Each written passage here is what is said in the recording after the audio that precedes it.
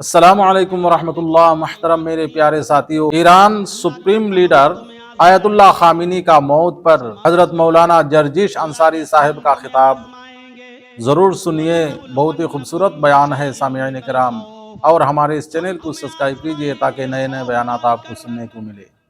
Iran के हालात देखिए, मुसलमान कहीं सुकून के साथ है। अल्लाह कहता हम तुम्हें आजमाएंगे। मुसलमानों सुनो, अल्लाह कहता हम तुम्हें आजमाएंगे। वलनबलुवन्नकुम बिशैइन मिनल खौफ, हम तुम्हें आजमाएंगे खौफ डालकर, ऐसे हालात पैदा कर देंगे कि तुम डरोगे। जैसे आज पूरे ईरान के ही नहीं, पूरी दुनिया के हालात पर आप नजर डालिए आप, और किसी एक जगह पर भी आप देख लीजिए कि मुसलमान जहां रहता है उस मुसलमान को कहीं अमन, कहीं शांति, कहीं सुकून उसको नजर आ रहा है? मुझे बताइए। ईरान के हालात देखिए, मुसलमान कहीं सुकून के साथ है। सीरिया के हालात देखिए, मुसलमान कहीं सुकून के साथ है। लेबनान के हालात देखिए, कहीं मुसलमान सुकून के साथ है। इराक के हालात देखिए, मुसलमान कहीं सुकून के साथ है। फिलिस्तीन के हालात देखिए, मुसलमान कहीं सुकून के साथ है। उर्दून के हालात देखिए, मुसलमान कहीं सुकून के साथ है। मुझे दुनिया का कोई ऐसा चप्पा बताइए जहां मुसलमान रहता है और वहां सुकून के साथ हो। आप अपना पड़ोसी मुल्क देख लीजिए, मस्जिदों में बमबारी हो रही है, एक दूसरे को मार रहा और कत्ल कर रहा है। आपके अपने पड़ोसी मुल्क के अंदर मस्जिदें तक महफूज नहीं हैं और वहां आत्मघाती हमले हो रहे हैं। ये कौन सा इस्लाम है और कौन सी इस्लाम की तालीम है? मेरे भाइयों, आप दुनिया के किसी चप्पे पे जाकर देख लो और बताओ, इतिहास, हिस्ट्री और आज की मौजूदा हालात को का जायजा लेकर मुझे बताओ कि मुसलमान कहां चैन और सुकून के साथ है। जोरे बात अलैहिमुज़िल्लतु वल मस्कना, इतना जलील, इतना रुस्वा, इतना इंसल्टेड, इतना जलील और रुस्वा दुनिया के किसी दौर में नहीं हुआ था जितना आज के दौर में मुसलमान है। क्यों? उसकी वजह यह है कि आज उसके अंदर से ईमान निकल चुका है। वला तहिनु वला तहज़नु व अंतुमुल अलौना इन कुंतुम मुमिनीन। अल्लाह ने तो हुकूमत और सल्तनत देने का वादा, इज्जत और सरदारी देने का वादा उस शर्त पे किया था कि अगर तुम्हारे अंदर ईमान होगा तो हम तुम्हें इज्जत देंगे, हम तुम्हें बुलंदी देंगे, हम तुम्हें बाइज्जत बनाएंगे। मेरे प्यारे साथियों, आज हम जितना जलील हैं उसकी वजह यह है कि आज हमारे अंदर उतना ही कम ईमान कमजोर है। आज उतना ही ईमान कमजोर है आज हमारे अंदर। अभी कोई कह दे किसी का चेहरा देखकर, और मैंने ये दूसरों को तो छोड़ो, मैंने अपनों को देखा है। अपनों से मुराद समझ रहे हैं शेर शाह बिरादरी को, और भी खुल के कह दूं अहले हदीसों को। बस ऐसे ही, अरे बाप, तुम्हारा चेहरे पे देखो बहुत मायूस परेशान नजर आते हो। देखिए धूल में लाठी मार रहे हैं, हकीकत में हमें कुछ नहीं मालूम। मुझे लगता है कि जरूर तुम्हारा कोई रिश्तेदार तुम्हारे साथ गड़बड़ कर रहा है, जादू टोना का असर लग रहा है तुम्हारे ऊपर। उसके बाद वो बस आपके पीछे हाथ धोकर नहीं, नहा धोकर पड़ जाएगा। है मौलाना साहब, आपको कैसे मालूम? बिल्कुल सही बात है मौलाना साहब, जितना पैसा आता है बचता ही नहीं है। हम कमाते बहुत हैं, एक दिन में 10,000 रुपए कमाते हैं, लेकिन घर आते आते हमारा कभी बेटा बीमार, कभी बीवी बीमार, कभी ये बीमार, कभी वो बीमार, एकदम चला जाता है। मौलाना बरकत नहीं हो रही है। आपने सही पहचाना है। अब मौलाना साहब को मौका मिल गया बकरा हलाल करने का। अब सही है, ये आदमी बस मेरे जाल में फंस गया। एक आदमी तो बाकायदा ऐसा मिला, कहने लगा कि बहुत अच्छी बात आपने कही है, इसका इलाज तो हो जाएगा लेकिन खर्चा बहुत पड़ेगा। उस बेचारे मजबूर आदमी ने कहा कि कितना खर्चा लगेगा मौलाना साहब? कि बहुत ज्यादा नहीं, बस दुनिया में 1,24,000 नबी आए, हर नबी के नाम पर 1 रुपया दे दो, तुम्हारी मुसीबत हल हो जाएगी। अब सोचो कि हर नबी के नाम पर 1 रुपया देगा तो 1,24,000, यानी मौलवी साहब की डिमांड ये है कि 1,24,000 रुपये हमको दे दो, तुम्हारी मुसीबत दूर हो जाएगी। और इसको कम आंकने का अंदाज देखो, हर नबी के नाम पर 1 रुपया। अरे एक नबी के नाम पर 1 ही रुपया तो मांग रहे हैं। इससे पूछो कि ईमान तो तेरा मोहम्मदुर रसूलुल्लाह पर है, इकरार है कि अल्लाह ने और भी नबी भेजे हैं, ईमान तो मोहम्मद रसूलुल्लाह पर है और इस बात पर भी ईमान है कि अगर वो सारे के सारे नबी के दौर में, किसी भी पैगंबर के दौर में अगर मोहम्मद रसूलुल्लाह आ जाते तो उस नबी को भी मोहम्मद पर ईमान लाना पड़ता, उस रसूल को भी मोहम्मद रसूलुल्लाह पर ईमान लाना पड़ता। जब उस रसूल की रिसालत मोहम्मद रसूलुल्लाह के आ जाने के बाद कल आदम है, मनसूख है, तो फिर उसके नाम पर तू पैसा कैसे मांग सकता है, उसके नाम पर तू रुपया कैसे मांग सकता है, उसके नाम पर तू पैसा की डिमांड कैसे कर सकता है। ये कोई सवाल अगर कर देगा तो कह देंगे वहाबी हो तुम, हट हट हट हट तुम यहां से, ये इतनी अकल तो वहाबियों के पास होती, तुम्हारे पास कहां से आ गई। मेरे साथियों, अल्लाह ने कहा या अय्युहल्लज़ीना वला नबलुवन्नकुम बिशैइन मिनल खौफ, हम खौफ डालकर भी तुम्हें आजमाएंगे। ये खौफ नहीं है तो और क्या है। आज के हालात पर जरा नजर डालिए, खौफ डालकर भी हम तुम्हें आजमाएंगे। वलजू, ऐसे हालात पैदा कर देंगे कि तुम भूखे रहने पर मजबूर हो जाओगे, कारोबार फेल, सुबह खा लिया तो शाम को भूखे, शाम को खा लिया तो सुबह भूखे, भूख से तुम तड़पने लगोगे, हम तुम्हें भूखा रखकर भी आजमाएंगे। व नक़्सिम मिनल अम्वाल, तुम्हारे मालों में नुकसान करके भी हम तुम्हें आजमाएंगे। वल अनफुस, तुम्हारी जानें लेकर भी हम तुम्हें आजमाएंगे। देखिए कैसी कैटेगरी बयान की अल्लाह ने, खौफ डालकर भी आजमाएंगे, भूखा मारकर, भूखा रखकर भी आजमाएंगे, तुम्हारे मालों में नुकसान पहुंचाकर भी तुम्हें आजमाएंगे, तुम्हारी जानें लेकर भी आजमाएंगे। वस्समरात, तुम्हारे फल फ्रूट, खेतियां बाड़ियां, खेत और सब्जियां बर्बाद करके भी हम तुम्हें आजमाएंगे। यानी तुम्हारे खेतों में नुकसान करके जिसकी तुम पैदावार करते हो, मकई, चावल, धान, भुट्टा, जिन चीजों को तुम जमीन में उगाते हो, जमीन से पैदा करते हो, फल फ्रूट सब्जी की शक्ल में, अनाज की शक्ल में, हम इसको भी बर्बाद करके हम तुम्हें आजमाएंगे। इन तमाम शक्लों में हम तुम्हारा एग्जाम लेंगे, हम तुम्हारा इम्तिहान लेंगे। वबश्शिरिस साबिरीन, ऐ मोहम्मद सल्लल्लाहु अलैहि वसल्लम, मेरे जो बंदे इन तमाम चीजों में सब्र कर लें और अल्लाह के अलावा किसी और का दामन न थामें, अल्लाह के अलावा किसी और का दामन न पकड़ें। अल्लाह कहता है वबश्शिरिस साबिरीन, ऐसे लोगों को जन्नत की बशारत दे दो, ऐसे लोगों को जन्नत की खुशखबरी सुना दो, इन लोगों के लिए जन्नत है। हम मुसलमान बने फिर रहे हैं, खौफ बर्दाश्त नहीं कर सकते हैं, मालों में नुकसान हो जाए तो अल्लाह को दोष देने लगते, मैंने क्या बिगाड़ा है। काफिरों को मिले हुरो कसूर और मुसलमान को फकत वादे होर। दुनिया में सारी नेमतें बेनमाजियों, बेरोजगारों के पास मौजूद हैं और हमें कुछ नहीं मिल रहा है, हम इबादत कर रहे हैं तो और ज्यादा परेशानी, आप अल्लाह से शिकायतें करने लगते हैं। मेरे भाइयों, ये सबसे बड़ी जिहालत है हमारी, ये सबसे बड़ी जिहालत है हमारी। हमें पक्का और सच्चा मुसलमान बनना है, हमें ये देखना है कि हम अल्लाह की इबादत के साथ साथ उसकी मखलूक का कितना हक अदा कर रहे हैं। अरे तुम तो इंसानों की बात करते हो और जर्जीस तुम तो पड़ोसियों की बात करते हो। इस्लाम तो ये कहता है कि किसी भी कबूतर को, किसी भी मुर्गी को, किसी भी जानवर को बांध कर उस पर निशाना न लगाओ। कितने लोग ऐसे हैं जो जानवरों पर निशाना लगाते हैं, कितने लोग ऐसे हैं मुस्तकबिल करीब के अंदर, माजी करीब के अंदर ऐसे बहुत से लोगों को तो मैंने अपनी आंखों से देखा है जो जानवरों को लड़ाया करते थे।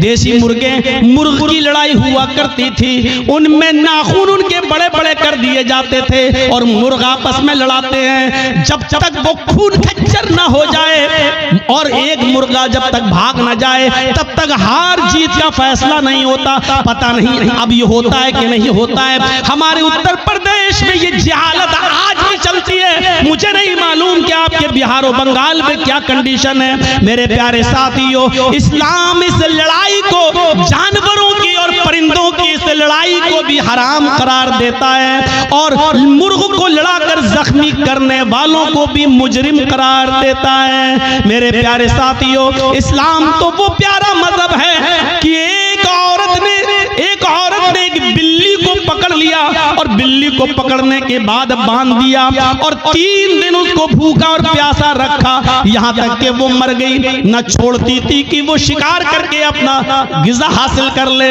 अपना रिस्क हासिल कर ले, न खुद को खाना देती थी। बिल्ली भूखी प्यासी मर गई। वो नमाजी थी, सुनो, हाँ गौर करो हदीस के अल्फाज पर, वो नमाजी थी, वो रोजेदार थी, वो अल्लाह की इबादत भी किया करती थी, अल्लाह को माना भी करती थी, लेकिन उसने अल्लाह की एक मखलूक बिल्ली को बांध दिया, उसको भूखा रखा और प्यासा रखा और उस बिल्ली को भूख और प्यास की शिद्दत से मार डाला। लेकिन जब ये औरत मरी तो अल्लाह ताला ने उसकी नमाजों के बदले उसको जन्नत नहीं दी, उसके रोजों के बदले उसको जन्नत नहीं दी, उसकी ज़कात और खैरात के बदले उसको जन्नत नहीं दी। अल्लाह के नबी फरमाते हैं अल्लाह रब्बुल आलमीन ने उस औरत को जहन्नम के अंदर दाखिल कर दिया, इसलिए कि उसने बिल्ली को भूखा और प्यासा रखा था और मार दिया।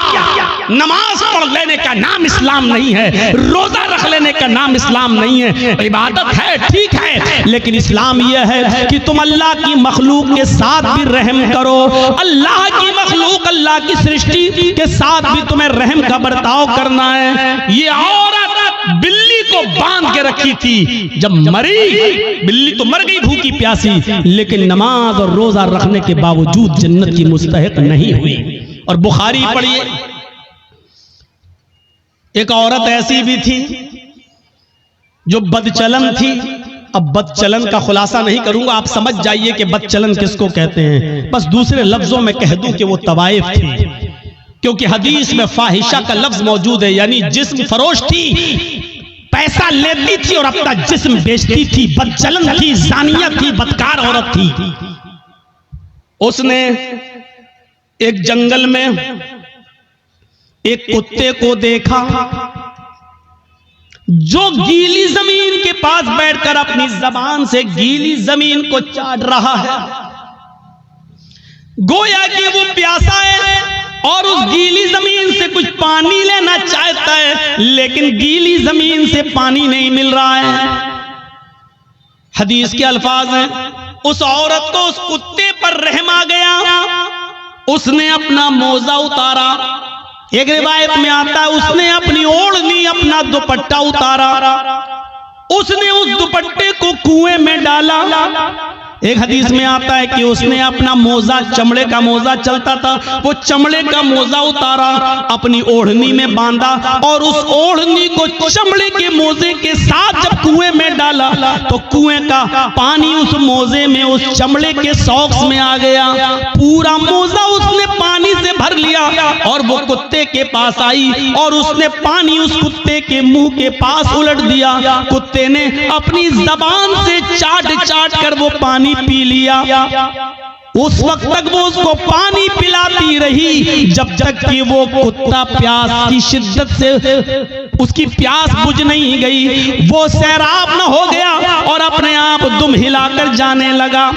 गौर करो आए मुसलमानों, ये औरत बदचलन थी, ये औरत जानिया थी, ये औरत जिस्म फरोश थी, इसने नमाजें न पढ़ी थी, रोजा नहीं रखा था, लेकिन एक कुत्ते को पानी पिलाया।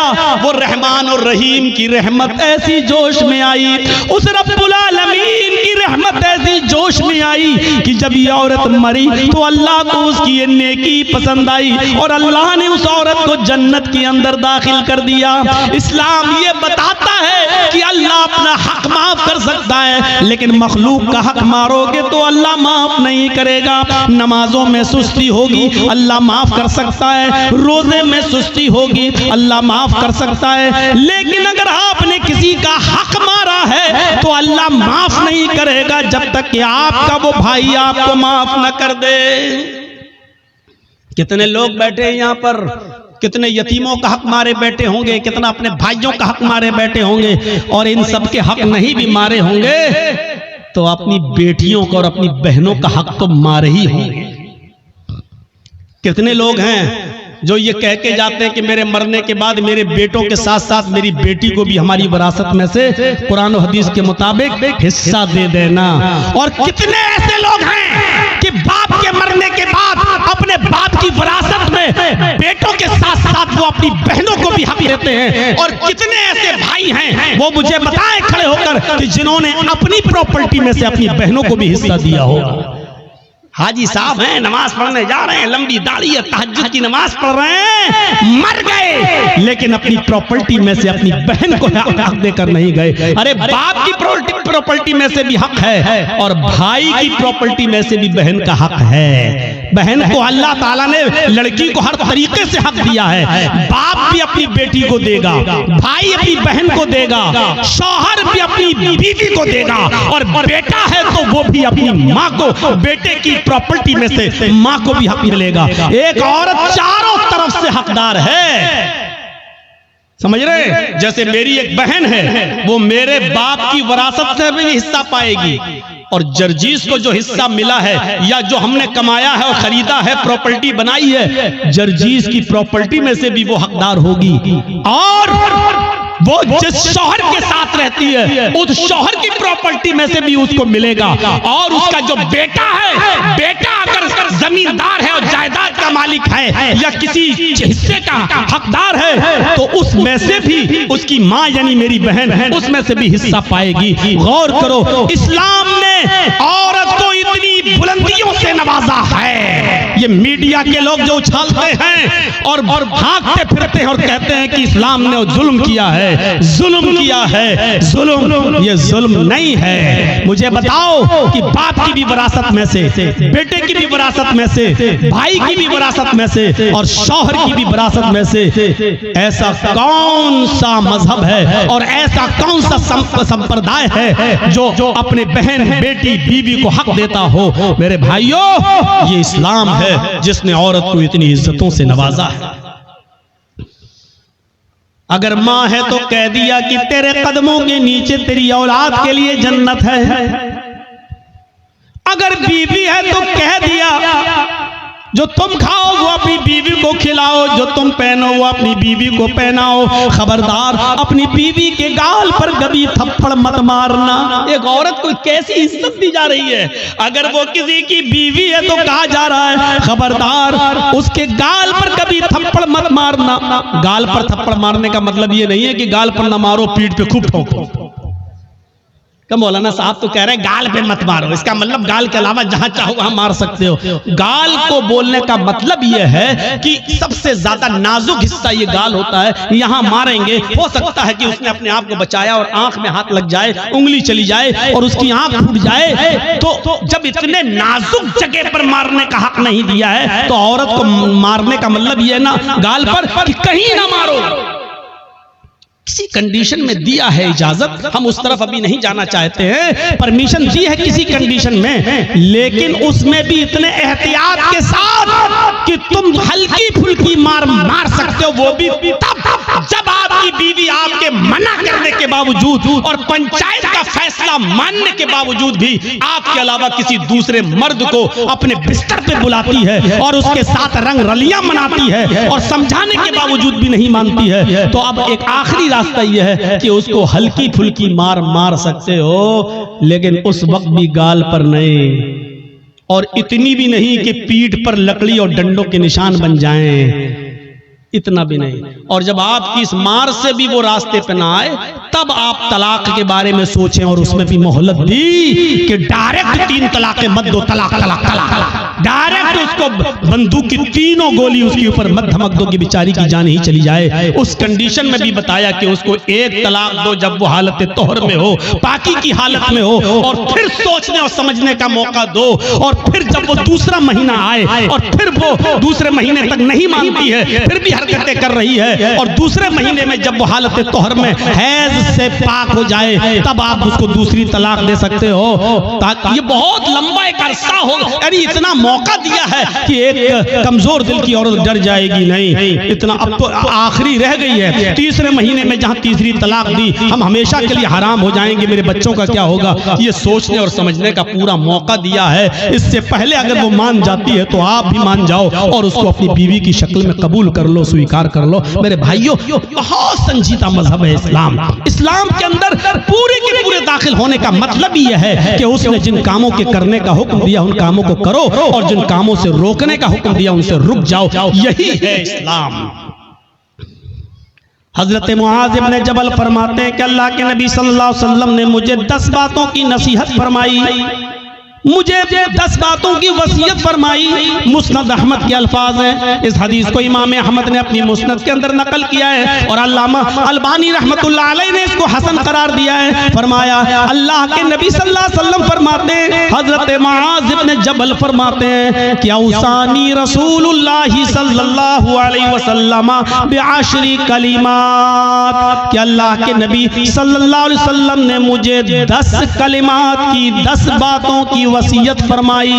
ऐ मास, ये 10 काम तुम कर लो, ये 10 काम तुम्हें हर हाल में करना है। मेरे भाइयों, मैं तशरीह करता हुआ चलूंगा लेकिन शायद मैं 10 तक न पहुंच पाऊं, इसलिए कोशिश करूंगा कि कम से कम 5 चीजें तो आपको बता ही दूं।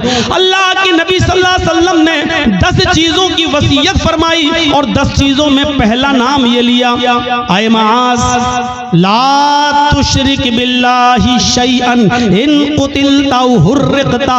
ऐ मुआज, तुम कभी किसी भी हाल में अल्लाह के साथ शिर्क मत करना, अल्लाह के साथ किसी को शरीक मत ठहराना, अल्लाह के साथ कभी किसी भी हाल में किसी को शरीक मत करना।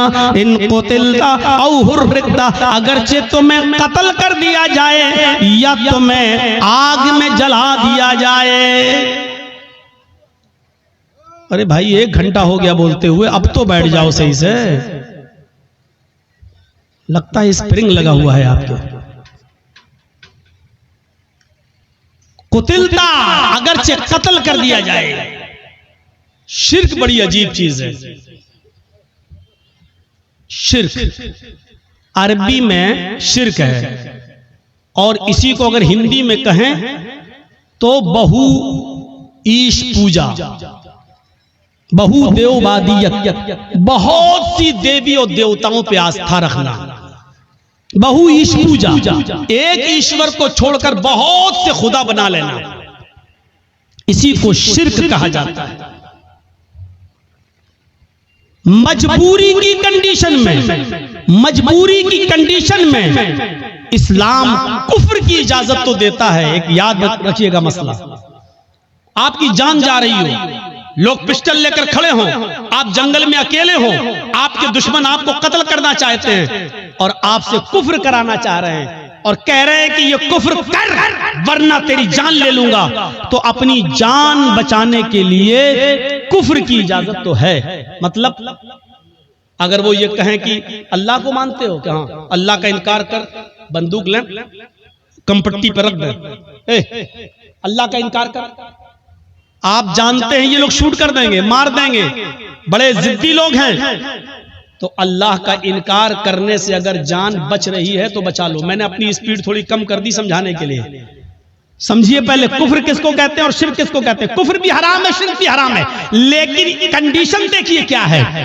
इस्लाम के अंदर सूअर का गोश्त भी हराम है, लेकिन अगर जान जा रही है आपकी, जान जा रही है आपकी और हलाल चीज कोई नहीं मिल रही है तो जान बचाना भी फर्ज है। अगर आपको सूअर का गोश्त मिल रहा है खाने के लिए तो इस्लाम परमिशन देता है कि अगर सूअर का गोश्त खाकर जान बच रही है तो जान बचा लो, लेकिन पेट भर के नहीं खाना है, सिर्फ उतना ही खाना है जितने में खाकर तुम्हारी जान बच सकती हो। ये कंडीशन, जान बचाना फर्ज है। लेकिन कहीं फर्ज होने के बावजूद इस्लाम कैटेगरी देखिए, मजबूरी है और जान जाने वाली है, कुफ्र से करने से तो जान बच रही है, अल्लाह के नबी फरमाते हैं कि कुफ्र से जान बच रही है तो बचा लो, लेकिन दिल से अल्लाह का इनकार मत करना। उनके मुंह पे कह देना हाँ हाँ हाँ नहीं मैं अल्लाह को मानता ही नहीं हूं, मैं अल्लाह को मानता। सिर्फ जबान से कहना, दिल में अकीदा नहीं होना चाहिए। और जब वो छोड़ दे तुम्हें तो घर पे आओगे, अल्लाह तू तो मेरे दिल का हाल जानता ही है, मैंने मजबूरी में कह दिया था, अय अल्लाह मैं दिल से तुझे मानता हूं और तेरा इकरार करता हूं, अशहदु अल्ला इलाहा इल्लल्लाह व अशहदु अन्ना मुहम्मदन अब्दुहु व रसूलुहु। आपका इस्लाम कोई फर्क नहीं पड़ेगा, क्योंकि आपने जान बचाने के लिए अल्लाह का इनकार किया। अल्लाह का इनकार करने से जान बच रही है तो बचा लो, लेकिन यहाँ कंडीशन क्या है? ला तुशरिक बिल्लाही शैअन इन कुतिलता हुर्रिकता। यहाँ इस्लाम, अल्लाह के नबी क्या कह रहे हैं? अगर तुझे कत्ल भी कर दिया जाए और तुझे जला दिया जाए, आग में डाल दिया जाए, ये काम करा लेना, लेकिन शिर्क मत करना अल्लाह के साथ। अल्लाह के साथ शिर्क मत करना। मौलाना जर्जीस मर गए, जर्जीस की कब्र बन गई, जर्जीस का मजार बन गया।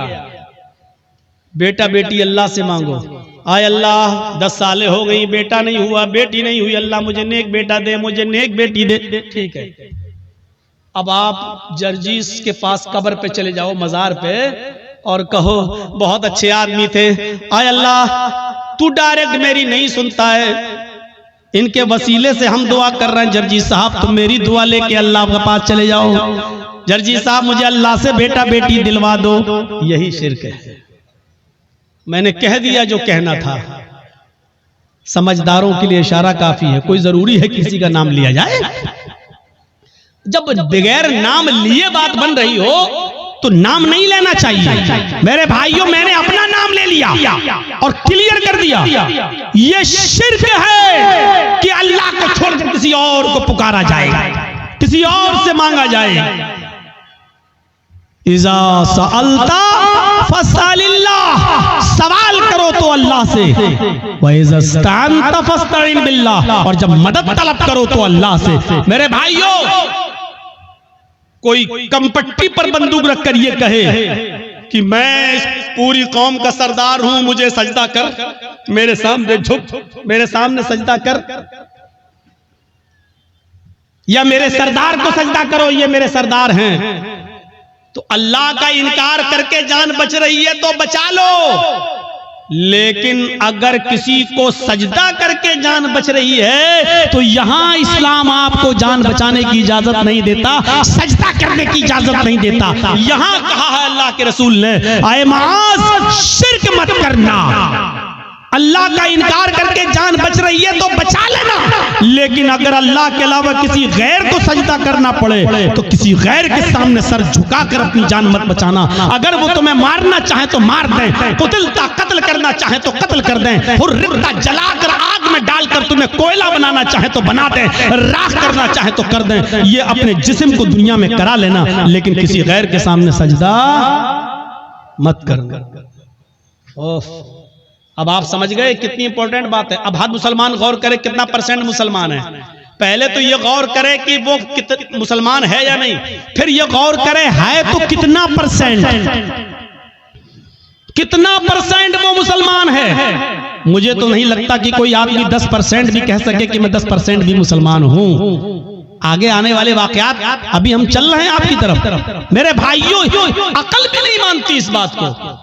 आप बताइए, आप यहां रहते हो भुलकी में, और आपकी बीवी भुलकी में रहती है, और आप मेहनत करने दिल्ली गए, और दिल्ली में कोई आदमी मेहनत कर रहा है, यहां से आया बेचारा, और वो घूमने आया, आप ही के गांव का है भुलकी का।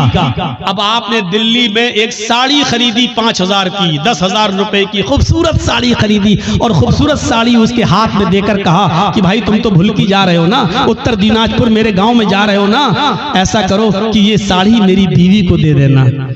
शौहर ने मेहनत की, मजदूरी की, अच्छा कमाया, और उसके बाद एक साड़ी खरीद कर अपने दोस्त को दी और कहा कि मेरे गांव में जाना और मेरी बीवी को दे देना।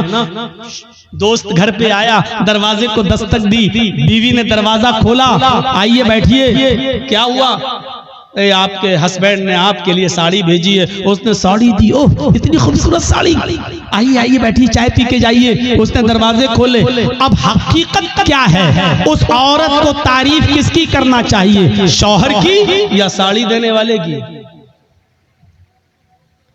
आपकी अकल भी कहेगी यार जिसने साड़ी भेजी है उसकी तारीफ, कितने अच्छे हैं मेरे शौहर, देखो इतनी दूर से भी मुझसे कितना प्यार करते हैं और मुझे कितना मानते हैं, मेरा ख्याल रखते हैं, साड़ी भेजी। अब वो औरत बजाय शौहर के तारीफ करने के अपने दिल के सारे दरवाजे इस साड़ी लाने वाले के लिए खोल दे। एक्सक्यूज मी, आइए चाय पी लीजिए, आप कितने अच्छे हैं, आप हमारे लिए साड़ी लेके आए हैं, चलिए कहीं डेट पे चलते हैं, चलिए कहीं घूमने चलते हैं, उसी की तारीफ के पुल बांधने लगे। और शौहर को अगर पता चल जाए दिल्ली में बैठे हुए आज के इस कंप्यूटराइज्ड दौर के अंदर कि कमबख्त साड़ी मैंने भेजी और बेगैरत दिल दे बैठी साड़ी देने वाले को, वहीं से मोबाइल करेगा, फोन की घंटी बजेगी, बीवी उठाएगी, कुछ सुनेगा नहीं, कहेगा तलाक तलाक तलाक। कम बखत साड़ी मैं भेजू तारीफ दूसरे की कर रही है, साड़ी मैं भेजू घूम रही दूसरे के साथ। अल्लाह ने नबियों को भेजा, रसूलों को भेजा, पीरों को, वलियों को भेजा कि जाओ तुम मेरे दीन का प्रचार करो और इस्लाम की और तौहीद की दावत को बुलंद करो। बजाय इसके कि हम अल्लाह की हम्द व सना बयान करें, उसी को मुश्किल कुशा माने, उसी को हाजत रवा समझें, अब हम अल्लाह को छोड़कर कहें कि तुम्हारे दर पे आया हूं, झोला झोली भर के जाऊंगा वरना मर के जाऊंगा। तो मेरे भाइयों, इससे बड़ी बेगैरती की बात क्या हो सकती है। जैसे एक शौहर अपनी बीवी की बेगैरती बर्दाश्त नहीं कर सकता, ऐसे ही अल्लाह भी इस बेगैरती को बर्दाश्त नहीं कर सकता कि बंदा मुझे छोड़कर मेरे हम ही तुम्हारे जैसे बंदों से मांगे। अरे तुमको खाने की जरूरत पड़ती है, उनको भी पड़ती है, तुम पीते हो वो भी पीते हैं, तुमको बुखार आता है उनको भी आता है, तुम्हें सर में दर्द होता है उनको भी सर में दर्द होता है, तुमको पेशाब पायखाने की जरूरत होती है उनको भी होती है। वो खुद हमारी रोजी रोटी के मोहताज हैं, वो खुद हमारे मदद के मोहताज हैं, वो तुम्हारी मदद क्या करेंगे। मेरे प्यारे साथियों, इस चीज को समझ लीजिए तो इस्लाम के अंदर पूरे के पूरे आप दाखिल हो जाएंगे। तो पहली चीज यहीं पर स्टॉप, ला तुशरिक बिल्लाहि शैअन इन कुतिलता व हुर्रिकता। पहली चीज काट दिया जाए, टुकड़े टुकड़े कर दिया जाए या जला दिया जाए, अपने आप को जला लेना, कटवा लेना, लेकिन गैरुल्लाह को सजदा न करना, शिरक मत करना, पहली चीज। दूसरी चीज, आइए नौजवानों तुम्हारे लिए बेहतरीन चीज, वला तउकन्न वालिदैक व इन अमराका अन तखरुज मिन अहलिका व मालिक। कभी किसी भी हाल में अपने पेरेंट्स की, अपने माँ बाप की नाफरमानी मत करना, उनके साथ बुरा सलूक मत करना, उनका दिल कभी मत दुखाना। आगे वाले जुमले मेरे भाइयों हमारी आंखें खोल देंगे। वही नमराका अन तखरुज मिन अहलिका व मालिक, अगर जब तुम्हें तुम्हारे वालिदैन, तुम्हें तुम्हारे माँ और बाप दोनों तुम्हारे घर से, अपने घर से नहीं, वो तो घर है ही, तुमने मेहनत करके जो घर कमाया है और बनाई है बिल्डिंग, और तुमने जो शादी की है, अगर वो तुम्हें हुक्म दें कि तुम अपने घर से निकल जाओ, तो अपने बाप का हुक्म मानते हुए तुम्हें अपना घर छोड़ना पड़ेगा। वो अगर वो कहें कि तुम अपने अहल वयाल, बीवी बच्चों को भी छोड़ दो और भागो यहाँ से, तो तुम्हें अपने माँ बाप की बात मानकर अपने बीवी बच्चों को भी छोड़ना पड़ेगा। ये एक अलग मसला है कि अगर बाप गलती पर हो और बेटे की गलती ना हो। मैं अभी इस तरफ नहीं जाना चाह रहा हूं, मैं सिर्फ ये बताना चाहता हूं कि माँ बाप का मकाम कितना बड़ा है और वालिदैन की अहमियत कितनी बड़ी है। अल्लाह के नबी कह रहे हैं, घर तुम्हारा, तुमने मेहनत करके कमाया बनाया, ठीक, लेकिन अगर तुम्हारे बाप कहे जर्जीस जाओ यहां से, हटो, जर्जीस को अपनी कमाई वाला घर छोड़ना पड़ेगा बाप का हुक्म मानते हुए। ये तुम्हारी बीवी बड़ी नाफरमान है, अल्लाह की नाशुक्री है, छोड़ो इसको, चलो, हमें छोड़ना पड़ेगा। और इसकी एक मिसाल मैं आपको देना चाहता हूं, जरा सुनिएगा। हजरत इब्राहिम अलैहिस्सलातु वस्सलाम अपने बेटे इस्माइल अलैहिस्सलातु वस्सलाम से मुल्क शाम में मिलने के लिए गए। दरवाजे को दस्तक दी, उनकी बीवी ने दरवाजा खोला, जरा सुनिएगा, बड़ा दिलचस्प वाकया है। मैंने आहिस्ता स्पीड कम कर दी है ताकि आपको समझाऊं। इब्राहिम अलैहिस्सलाम अपने बेटे से मिलने गए, दरवाजे को दस्तक दी, बहू ने, बेटे की बीवी ने दरवाजा खोला, और जैसे ही दरवाजा खोला तो क्या देखती है, सामने एक बूढ़ा आदमी खड़ा है। अस्सलाम वालेकुम। का वालेकुम अस्सलाम। कहा मुझे इस्माइल से मिलना है। बीवी को नहीं मालूम कि ये मेरे ससुर हैं, लेकिन ससुर को मालूम है कि ये मेरे बेटे इस्माइल का घर है और ये उसकी बीवी है, लेकिन बता नहीं रहे कि मैं तुम्हारा ससुर हूं। कहा कि बेटी मुझे तुम्हारे हस्बैंड से मिलना है, मुझे तुम्हारे शौहर से मिलना है।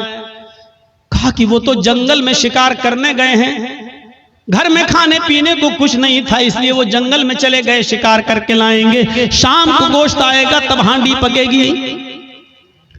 अच्छा, ऐसे हालात हैं तुम्हारे घर के? का बहुत बुरे हालात हैं। गौर करना जुमले पर।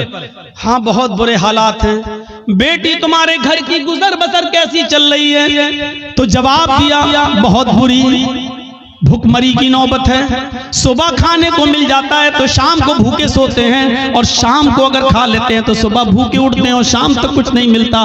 बहुत बुरी कंडीशन है मेरे घर की। इब्राहिम अलैहिस्सलाम जाने लगे, कहने लगे बेटी जब तुम्हारे हस्बैंड घर पे आ जाएं, अब सुनो, जब तुम्हारे हस्बैंड घर पे आ जाएं तो उनसे कहना कि एक ओल्ड मैन आया था, एक बूढ़ा आदमी तशरीफ लाया था, उसने तुम्हें सलाम कहा है और कहा है कि अपने घर की चौखट बदल दो, तुम्हारे घर की चौखट ठीक नहीं है। चौखट समझते हैं ना, वो घर का मेन गेट का जो दरवाजा होता है, चौखट, जिसमें आदमी अंदर घुसता है घर के दरवाजे से, वो चौखट। अपने हस्बैंड से कहना कि तुम्हारे घर की चौखट अच्छी नहीं है, ठीक नहीं है, इसको बदल दो। ये कहकर इब्राहिम अलैहिस्सलाम चले गए, और उनकी बीवी घर की चौखट देख रही है कि बुढ़ा सटिया गया क्या, ये बुढ़े को पागल है क्या? कितनी अच्छी चौखट है, मजबूत चौखट है, गर्मियों में हवा आती है, सर्दियों में धूप आती है, वो कह रहा है कि तेरी चौखट खराब है, ये बुढ़ा सटिया गया। शाम को जब इस्माइल अलैहिस्सलाम घर पे आए, और नौजवानों सुनो, अपने माँ बाप को खून के आंसू रुलाने वालों, अपनी माँ को रुलाने वालों, अपने बाप को सताने वालों, सुनो। इब्राहिम अलैहिस्सलाम का बेटा इस्माइल जब घर पे आया गोश्त लेकर, बीवी बनाने लगी, वो बनाते बनाते कहने लगी इस्माइल आज एक बुढ़ा आदमी आया था। इस्माइल अलैहिस्सलाम ने कहा अच्छा, कोई जरूरत रही होगी बेचारे को? कहा नहीं, उसने तुम्हें सलाम कहा है, समझ गए कि सलाम अगर कहा है तो वो मेरा बाप है। कहते अच्छा, ऐसी ऐसी शक्ल थी कि जी बूढ़ा आदमी आया था, जी सलाम कहा मुझे, जी। कहा अच्छा, और क्या कहा? कहा उसने मुझसे कि अब जब तुम्हारे शौहर घर पे आ जाएं, हस्बैंड घर पे आ जाएं, तो उनसे कहना कि तुम्हारे घर की चौखट ठीक नहीं है, उसको बदल दो। बुढ़ा सटिया गया था। इस्माइल अलैहिस्सलाम ने कहा अच्छा, उसने कुछ पूछा था तुमसे? कहां पूछा था कि घर में गुजर बसर कैसी चल रही है, तो मैंने कह दिया कि अच्छी नहीं चल रही। जो सच्चाई थी बता दी, सुबह खा लो तो शाम को नहीं मिलता, शाम को खा लो तो सुबह नहीं मिलता। उन्होंने कहा बस यही तुम्हारा जुमला सुनकर, यही वर्ड सुनकर उन्होंने कहा कि अपने घर की चौखट बदल लो। क्या मतलब? कहा मेरी बीवी, उन्होंने जब ये देखा कि तुमने अल्लाह का शुक्र अदा नहीं किया, जब पूछा कि घर की गुजर बसर कैसी चल रही, तो तुम्हें कहना चाहिए था कि अल्हम्दुलिल्लाह, अल्लाह ने मुझे जिस हाल में रखा है अल्लाह का शुक्र है, बस जिंदा हूँ, और अल्लाह मुझे जिस हाल में भी रखे मैं हमेशा उसके दिए हुए रिज़्क़ पर खुश हूँ। वो जिस हाल में भी मुझे रखता है मैं उसकी दिए हुए रिज़्क़ पर मैं राजी हूँ और खुश हूँ। तुम्हें ये जुमले कहना चाहिए था, लेकिन तुमने अल्लाह की नाफरमानी कर दी। तुमने ये कह दिया कि मुझे अच्छी जिंदगी नहीं मिल रही है, मैं बड़ी तंगदस्ती में अपनी जिंदगी गुजार रही हूँ। मेरे बाप ने सोच लिया कि तुम अल्लाह की नाफरमान बंदी हो। आए मेरी